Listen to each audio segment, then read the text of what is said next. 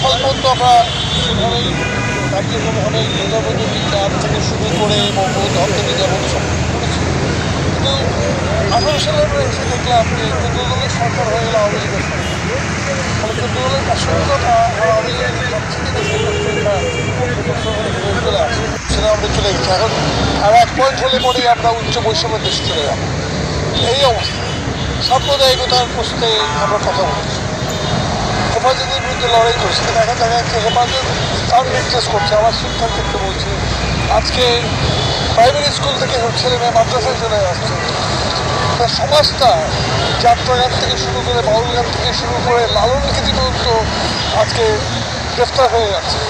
এই পরিস্থিতিতে সাম্প্রদায়িকতার যে বিস্তার করছে, তাতেই রাষ্ট্র সমাজ এটা সম্পূর্ণভাবে সেই সাম্প্রদায়িক মৌলবাদী গোষ্ঠী হাত করে আছে। 14 দল এর বিরুদ্ধে দাঁড়িয়ে লড়াই করছে, এখনও ষড়যন্ত্র রয়েছে। এখনও সাহেব আইনায় আসছেন ঠিকই, ভালো কথা বলছেন, কিন্তু তাদের মাথা থেকে রেজিম চেঞ্জের ব্যাপারটা এখনো যায়নি। প্রধানমন্ত্রী নিজেই স্বীকার করলেন, তিনি বলেছেন যে এই বঙ্গোপসাগরে তারা বেশ চায়। তারা আজকে আমাদের এই রাষ্ট্র সম্পর্কিত বিষয়ে এখানে ভূখণ্ডগত যাতে অসুবিধা হয় সেই তারা ওনার কথা, আমার কথা নয়, উনি খুব স্পষ্ট করে কথাগুলো বলেছেন। এবং তিনি বলেছেন যে তারা নিয়ন্ত্রণ চায় বাংলাদেশের উপরে।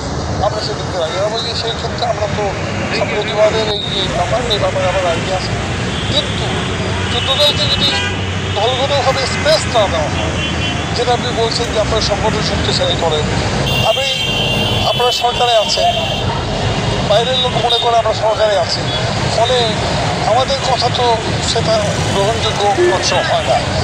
আমরা আমাদের মতো করে আমরা আমাদের জায়গা থেকে এই ইস্যুগুলো নিয়ে আমরা কথা বলতে চাই এবং এই ইস্যুগুলো নিয়ে আমাদের এই করতে চাই। তাহলেই একমাত্র যোগদানের পার্শ্বক্য থেকে আমরা জনগণের কাছে ঠিক আছে। আর এই নির্বাচন সম্পর্কে আমরা বলেছি স্পষ্ট করে যে 18 সালের নির্বাচনের পরে আওয়ামী লীগের তরফ থেকে আমাদের নির্বাচনে প্রার্থী দেওয়া হয়েছে। রাজশাহীতে আমরা দেখলাম সেখানে আওয়ামী লীগ